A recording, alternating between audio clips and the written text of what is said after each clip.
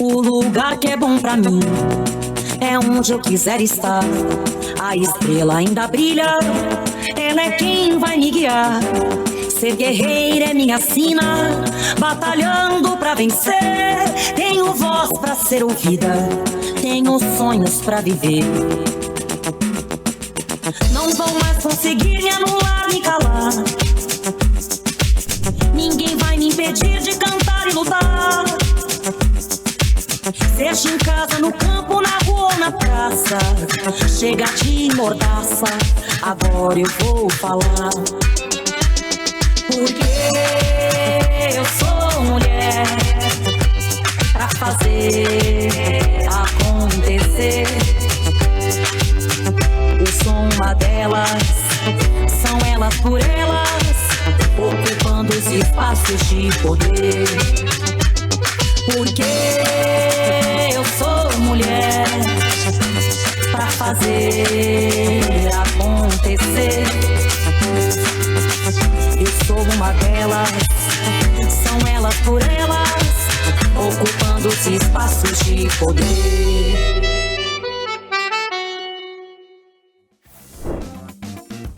Nesta semana discutimos sobre mulher, trabalho e identidade. Hoje preparamos um resumo com os pontos mais importantes. Eu costumo dizer que é muito importante que a gente possa pensar que a construção e a nossa sociedade brasileira, ela é muito construída e constituída a partir de nós, povos tradicionais de terreiro. Por que eu digo isso? Se a gente pensar no samba, e aí eu estou falando aqui essas coisas, para que a gente possa, estou fazendo a minha fala muito no sentido da gente ter repertório, né?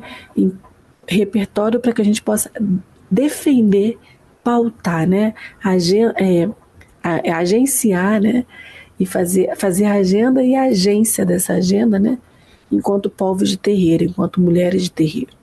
Então, se a gente pensar, né, nos quintais do samba do Rio de Janeiro, esses quintais eram terreiros, e nesses terreiros eram constituídos, e o que eu tenho chamado de fio de aço, que nós que somos de diáspora temos, esse fio de aço ele é muito sedimentado, ele é muito assegurado dentro dos espaços de terreiro, que sempre fossem espaços políticos. E esses espaços políticos de terreiro onde a tia Seata, por exemplo, fazia os sambas, e lá não acontecia só samba, lá também acontecia a religiosidade, acontecia a cozinha de terreiro produzindo comida para todo mundo, e a preservação desse modo de vida, acontecia as alquimias das folhas, das ervas, os banhos, essas cosmos-sensações aconteciam dentro desse espaço, que é sagrado, que é ancestral e que é político, né? E que é matrigerencial e matrilinear. O que é isso? São mulheres negras, mulheres que têm posição de poder nesses espaços, que fazem a gestão desses espaços. Ser uma mulher de terreiro na política é ter como referência quem veio antes e que sempre fez política. Pode não ter sido feita política partidária, mas fez política. Então a gente tem aí um grande repertório de muitas mulheres que sempre fizeram política e que a gente inclusive precisa estar nos espaços políticos para poder reverenciá-las e dar visibilidade para elas, para que elas apareçam nos livros, né, no cumprimento da Lei 10.639, como parte constituintes, né, da formação da sociedade brasileira. Então, a gente tem esse repertório. Então, é importante que a gente esteja nos espaços de decisão, porque a gente tem formação, nós, mulheres de terreiro, temos formação política dentro dos nossos terreiros.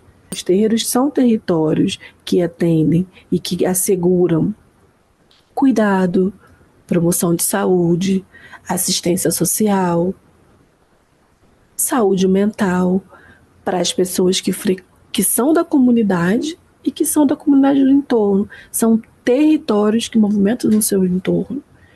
fazendo política de saúde, política de cuidado, de assistência social, de segurança alimentar, porque não tem um terreiro que não tem uma cozinha e que essa cozinha não alimente só e somente só as famílias daquele terreiro.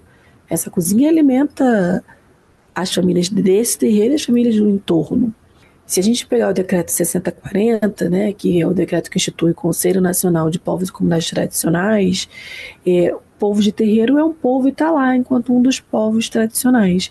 Então nós não podemos nos enxergar só e somente só pelo viés da religiosidade.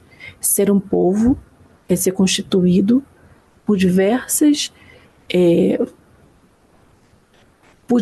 elementos, por diversas expressões. Um povo tem uma língua, um povo por diversos aspectos.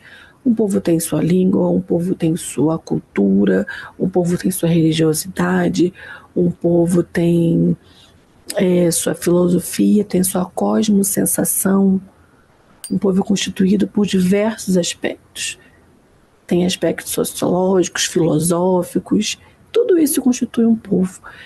Aspectos sociopolíticos, tudo isso constitui um povo. Entretanto, né, a colonialidade ela dirige para nós uma violência à nossa religiosidade, sobretudo porque sabe que é o que nos ancora. Falar de nós, mulheres, nos espaços da política, e sendo de terreiro e pensando, eu acho que é muito importante, de novo, a gente olhar e ver e dizer e reafirmar a nossa existência enquanto mulheres de terreiro. Sobretudo para defender que hajam políticas voltadas para o nosso povo e para a permanência do nosso povo. E não só e somente só política de enfrentamento à violência, mas políticas que incentivem e que tenham incentivo e incremento ao fortalecimento do nosso povo também. Quanto mulher, eu acho que é muito importante a gente, vou reforçar isso aqui, olhar, né, o histórico dessas mulheres que sempre fizeram política, como eu já disse, né, estou repetindo, nem sempre partidárias, mas que sempre se organizaram politicamente, que se não fosse dessa maneira não tínhamos chegado até aqui. Então que a gente se inspire nelas e saia por aí, fazendo o que tem que ser feito, atuando nesses espaços de decisão e também fazendo a disputa por esses espaços políticos, que esses espaços eles são necessários que sejam ocupados por nós. Apontar a questão do debate do suicídio para nós, do Conselho Nacional de Saúde, tem a ver com o cuidado e a inserção da prevenção do suicídio junto às políticas públicas, quer numa lógica de buscar a rede de atenção psicossocial, os CAPs, né, os Centros de Atenção Psicossocial dentro da RAPS, quer nas empresas privadas, nos serviços aí vinculados à saúde, os SESMITs e todo o cuidado de pensar também que a produção de adoecimento, que muitas vezes leva à ideação suicida, pertence a muito da lógica do capitalismo, né? Então, a falta de comida no prato, a falta de dinheiro no bolso, a falta de trabalho, são elementos que levam a quadros depressivos que podem produzir a ideação suicida. Então, começando por aí, é dizer que o cuidado ele tem que ser com a franqueza necessária e com um acompanhamento que não desqualifique o sofrimento e a dor do outro, da outra. E as mulheres, num cenário de sobrecarga, né, de dupla jornada, tripla jornada, a relação de trabalho, a relação do cuidado da família, muitas vezes o estudo, a universidade ou o duplo vínculo de trabalho para dar sustentabilidade para sua família, também vão ficando muito mais alvos de processos de adoecimento na sua saúde mental. Então, os quadros depressivos também têm uma incidência grande no recorte do universo feminino e apontar que isto não é uma responsabilidade individual dela é fundamental. Então, este cenário que eu aqui desenho é um pouco para desresponsabilizar cada um e cada uma individualmente. Esse processo de sofrimento, esse processo de adoecimento, ele tem, então, uma correlação com a vida cotidiana, e uma vida cotidiana de muitas cobranças dessa lógica capitalista. Por isso que a gente procura, e faz até uma analogia com a música do Emicida, né, em que, em vez de falar sobre amarelo, né, ele chama de amar elo. Então, o amor, a perspectiva das vinculações afetivas como um elo que vai restaurando as perspectivas e as possibilidades de valoração da vida. E o acompanhamento de uma pessoa próxima é importante, mas a vinculação da busca de um acompanhamento profissional é fundamental. E na lógica dos centros de atenção psicossocial, eles podem ser tanto atendimentos individuais como atendimentos em grupo, na perspectiva aí de dividir a dor e criar processos identitários também, no sentido de sentir que aquela forma de viver no mundo, aquele sofrimento, não está dizendo apenas respeito àquela pessoa individualmente, e nem é um sinal de fracasso, e nem é um sinal de que você não está sendo continente às demandas da vida, porque muitas vezes as demandas são excessivas, né? Outra coisa que é importante estar atento é em relação às nossas meninas e meninos, né? A questão das tecnologias, os jogos virtuais, as redes como vão se estabelecendo, muitas vezes podem produzir esses sentimentos de perda de valoração da vida também. E produzir nessa rede virtual situações muitas vezes de violência que não são suportadas. Então, está atento também com o uso das tecnologias e com a organização do tempo pessoal, né? Parece um pouco difícil falar disso, mas separar um pouco de tempo para o lazer, para o descanso, ter pessoas de vínculo, de confiança para compartilhar situações, são elementos importantes na trajetória do enfrentamento à questão do suicídio.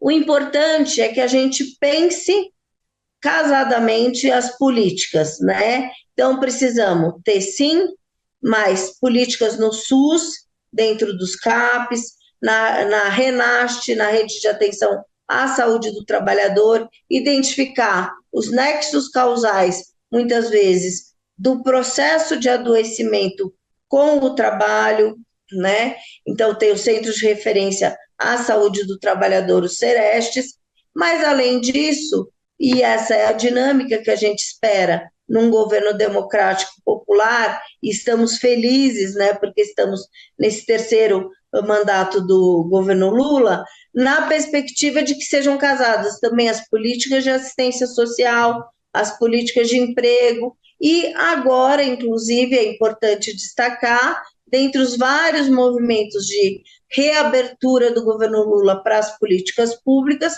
foi reinstalada a Comissão Nacional de Desenvolvimento dos Povos, justamente também para transformar condições de políticas públicas nas relações da intersetorialidade, então direitos humanos, saúde e assistência, para o cuidado da população.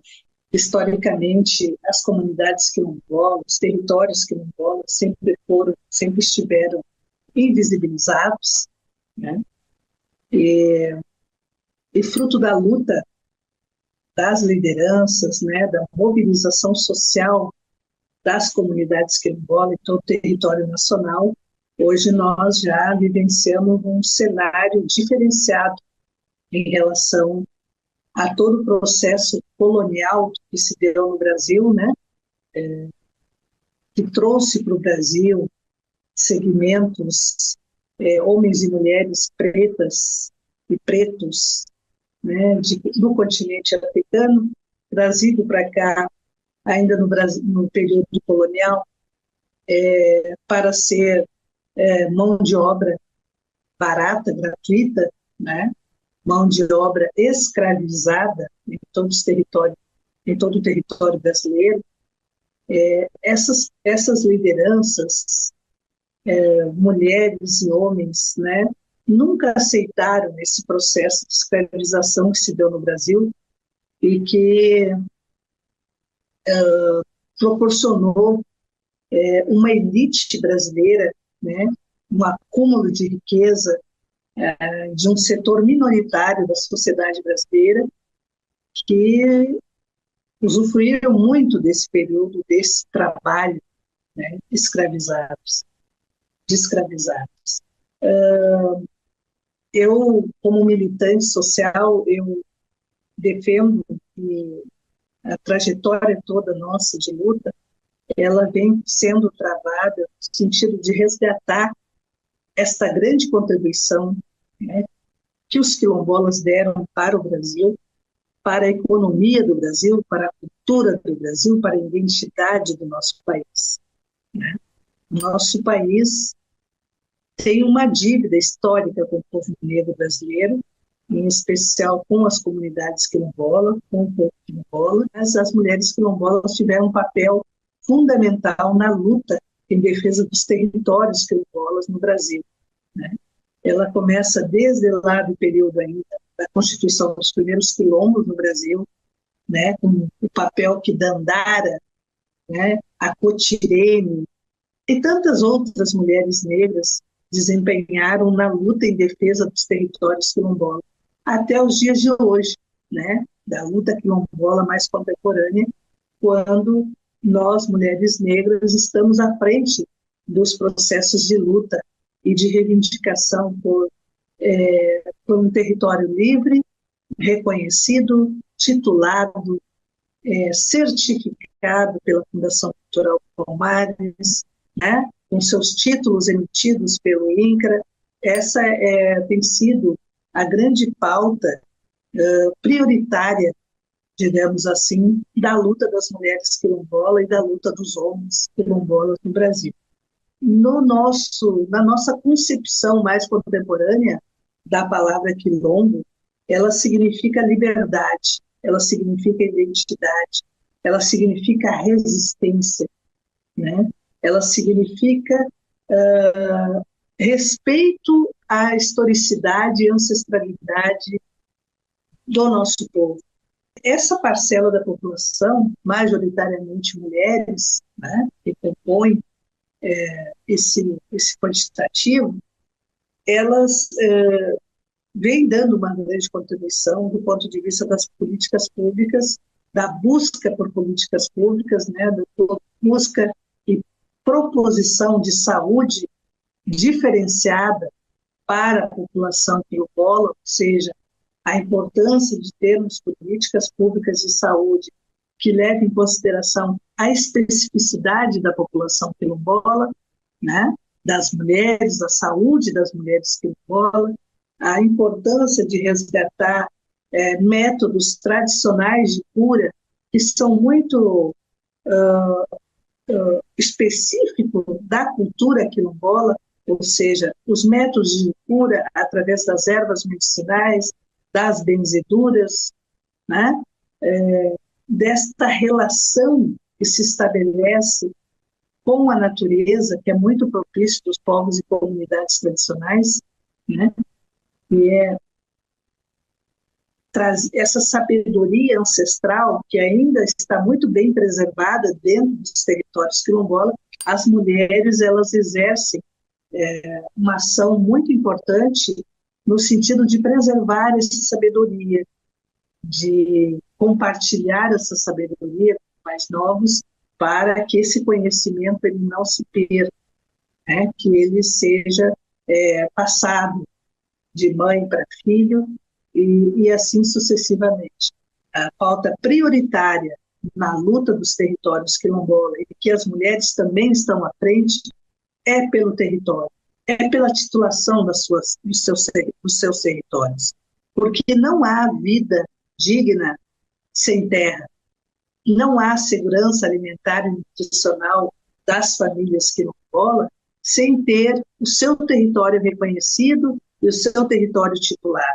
Então, terra para nós é vida, é bem viver, é ancestralidade, é ressignificação, é garantia da identidade, né, do nosso povo. A agricultura familiar é uma agricultura que responde pelo maior percentual da produção de feijão, a produção do arroz, das hortaliças.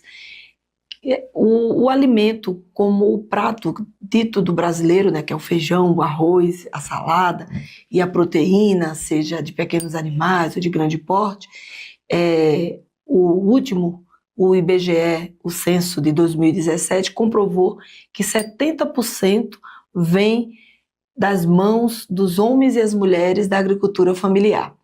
E o bom também falar é que nesse momento de catástrofe climática, de tudo isso que a gente está vivenciando em todo o nosso país, é que dados demonstram o baixo impacto de agressão ao meio ambiente quando a produção se dá nesses ambientes de assentamentos, nas comunidades quilombolas, na agricultura familiar de um modo geral. A gente precisa disso, segurança alimentar e soberania alimentar para o nosso país.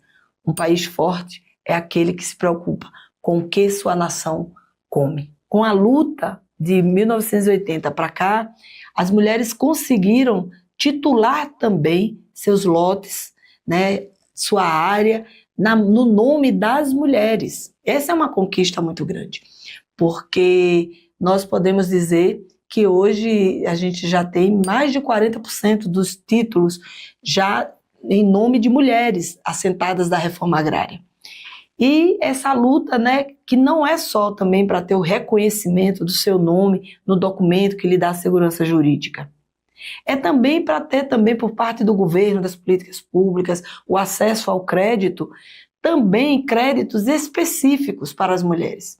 Então a luta, a Marcha das Margaridas, que vem aí pautando junto com as mulheres camponesas, que lutam e marcham e vêm a Brasília de tudo que é lugar desse país, com grandes marchas e batalhas, elas também conseguiram inserir o Fomento Mulher, que é um crédito específico que é aplicado nas mulheres que são beneficiadas na política pública da reforma agrária, o acesso a um crédito onde elas possam decidir como vão aplicar, em que medida, né, não só para aquela atividade agricultável, nem da pecuária, mas também atividades como artesanato, salão de beleza, toda essa lógica que agrega renda e amplia a participação da mulher, contribuindo com a composição da renda familiar.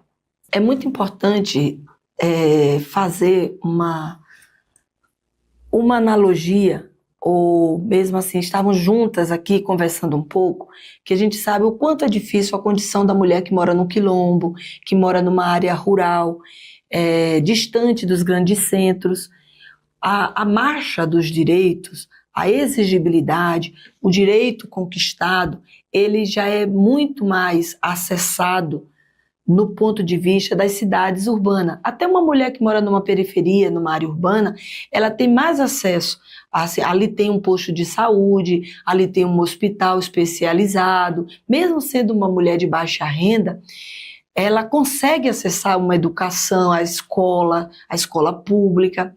Já num quilombo ou numa área, num assentamento, o que nós precisamos no nosso país é elevar essa condição dessa cidadania de quem mora no rural, ter as mesmas condições de infraestrutura, serviços, iguais como está a disponibilidade desse acesso a essas políticas públicas nas cidades. Discutir juntos esse país que tem dimensão continental, esse país que tem ainda toda uma acolhida, um modo de vida agrária, rural, camponesa, o quanto nós precisamos elevar e igualar a cidadania do homem e da mulher que decide morar no campo para produzir alimento, para matar a fome sua e de quem está na cidade, ter também o mesmo direito de acesso a esse serviço, às políticas públicas